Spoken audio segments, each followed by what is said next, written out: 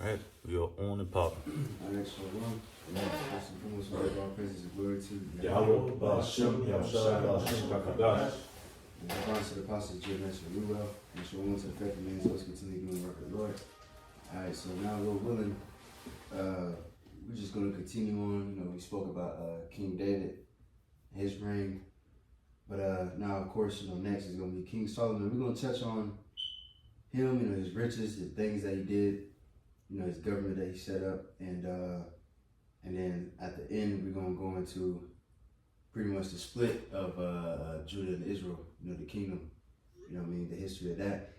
So then, Lord willing, I'm planning on after this class just to go through.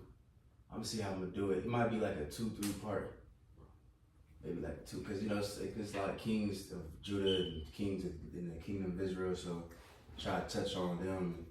Stop at like the most important ones and then, you know, summarize it, you know what I mean? But yeah, so we can just get started at that one part, and then you can just go ahead. Yeah. It says the book of Kings may be divided into 4 sections. 1, the last years of David and Solomon's succession to the throne. 1 Kings chapter 1 to chapter 2, verse 11. Right, and matter of fact, yeah, keep going. Because it pretty much just summarized that, you know, because one of King Solomon's brother was trying to be king, and then, you know, pretty much King David had, you know, established that King Solomon was going to be king, you know. But you got it. It says, the reign of Solomon, 1 Kings chapter 2, verse 12 to chapter 11, verse 43.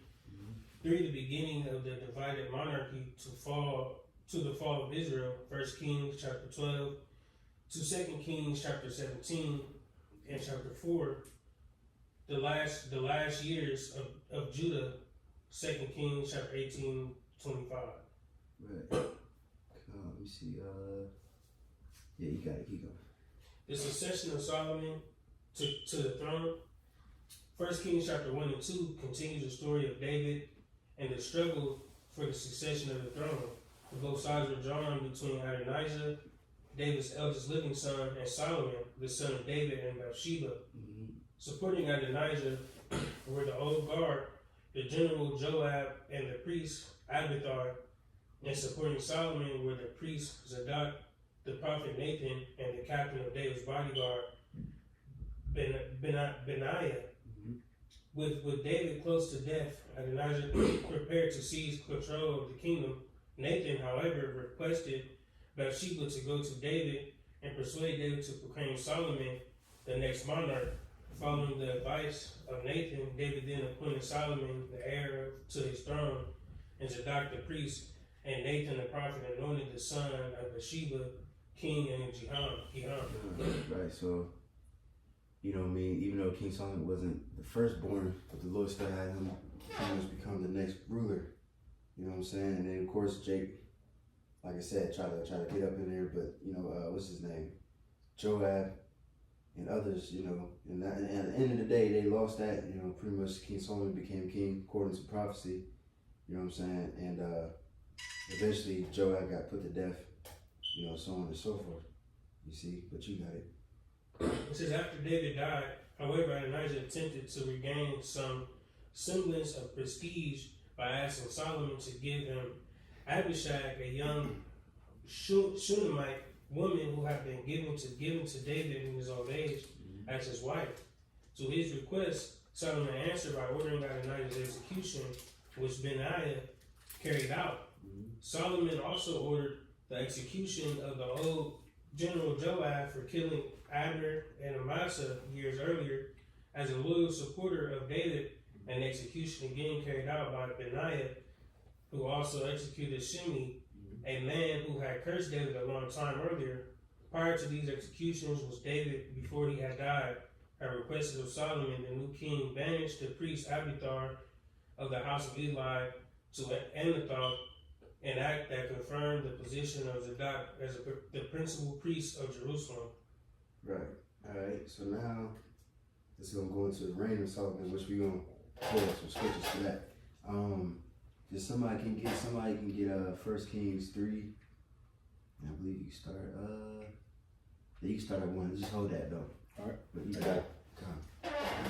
it. It says the reign of Solomon. David had reigned from about 1000 to 962 BCE, a period in which he consolidated a federation of tribes that had been united under the charismatic ruling leadership of Saul, who had reigned for about 2 decades before David began to construct his minor It says, who had reigned for about 2 decades before David began to construct his minor empire. Solomon, who inherited a strong monarchy, reigned for 40 years. His reputation as a monarch centered about his great wisdom, chapter 3, his reorganization of the administration, bureaucracy, chapter 4. Right, and real quick before we continue, let's get that real quick. The 1 Kings 3:1.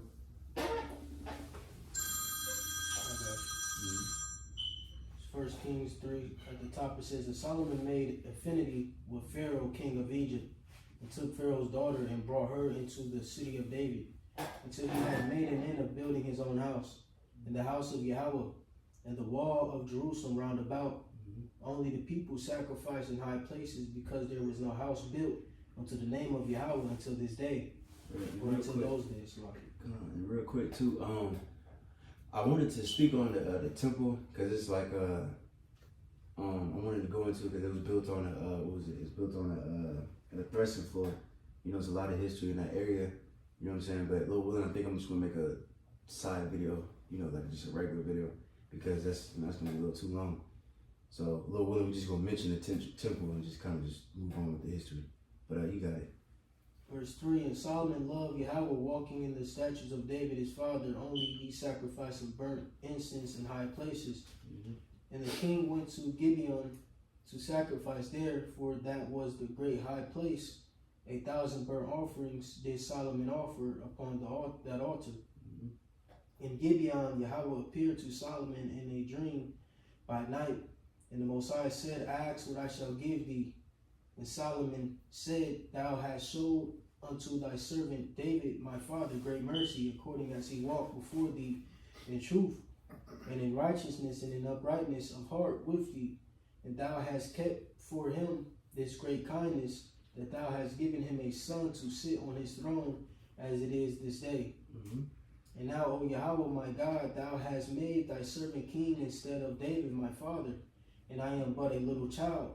I know not how to go out or come in. Right, and he was 20 when he became king, but he said he was a little child. You know, he said, you know, the further, you know, we don't gotta get it, but it goes into that. I think it was in Solomon 8, maybe 9. I think probably 8, where he said, I'm young, I don't know what, you know, how to go in and out. You know, pretty much give me the understanding how to rule and to deal, to judge right, correctly, all these different things. Yeah.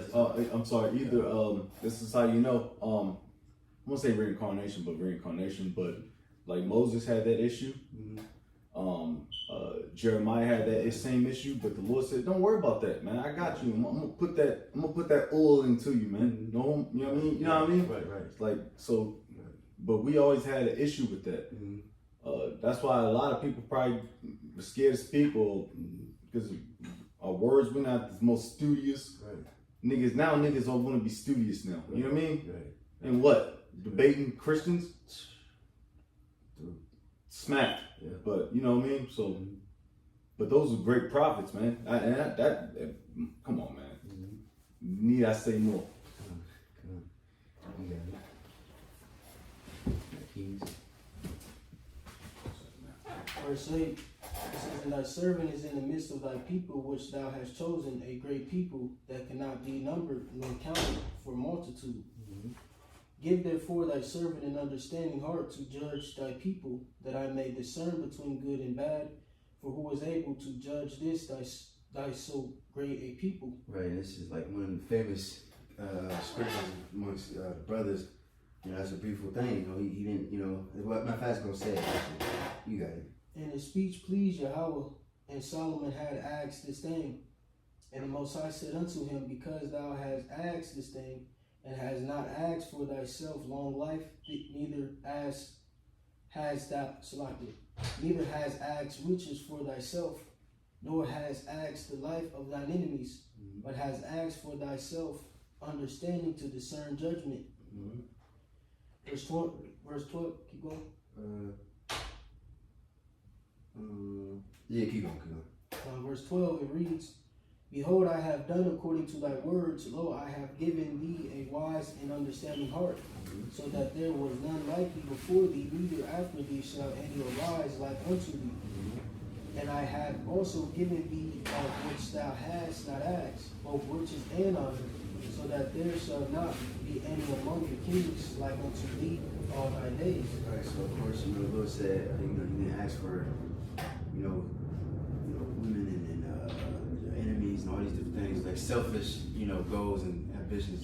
He asked for wisdom, knowledge, and understanding, so he could be on point to rule his people. That's a very great responsibility to be a king, because you've seen many different examples where a king went off and then the Lord punished the people because of the king's mistakes. You got to be on point, so then your subjects and everybody lower or under you can be on point. You know what I'm saying? So, he was selfish. He asked for pretty much, he was selfish. Selfless. You know what I mean? But so that the Lord blessed him with wisdom, and plus riches and glory and honor and so on and so forth. So now we can go to the chapter 4, and then we start at 1, just to show how he set up his kingdom and different officers and things like that. 1 Kings 4, you said at the top? Yeah. 1 Kings 4:1, it reads, So King Solomon was king over all Israel, and these were the princes which he had. Matter of fact, Salaki, can you read that in the AMP version? I like the way it's written. That I'll go a little deeper in certain words. 1 Kings 1, A and P. King Solomon was king over all the people of Israel. These were his chief officials. Azariah, the son of Zadok, was the high priest. Elihoreph and Ahijah, the son of Shishah, were scribes. Jehoshaphat, the son of Ahilud, was a recorder of the important events. Benaiah, the son of Jehoiada, was in command of the army. Right, and before, just a little history on him, before he was King David, had him pretty much over, because first it was Joab, but then King David made, what's his name, Benaiah, he made him, Benaiah, right, he, made him ruler over, pretty much the mercenaries, the Philistine mercenaries, you know what I'm saying? Now he got promoted to commander of the army, you know what I'm saying? What you got? It says Zadok and Abiathar were priests. Azariah, the son of Nathan, was in charge of the deputies. Zabud, the son of Nathan, was priest and was king's friend and trusted advisor. Ishar was in charge of the household palace, and Adon Iram, the son of Abda, was in charge of the forced labor. Solomon had 12 deputies over all. Because the forced labor was taskmaster. Right, you know what I mean? And because King Solomon did a lot of building. Because again, King David, he had a lot of fighting and all the things like that. But King Solomon had building and trading and so on and so forth. You know what I'm saying? So he had to have a lot of forced labor or labor force. That's the word I would call it.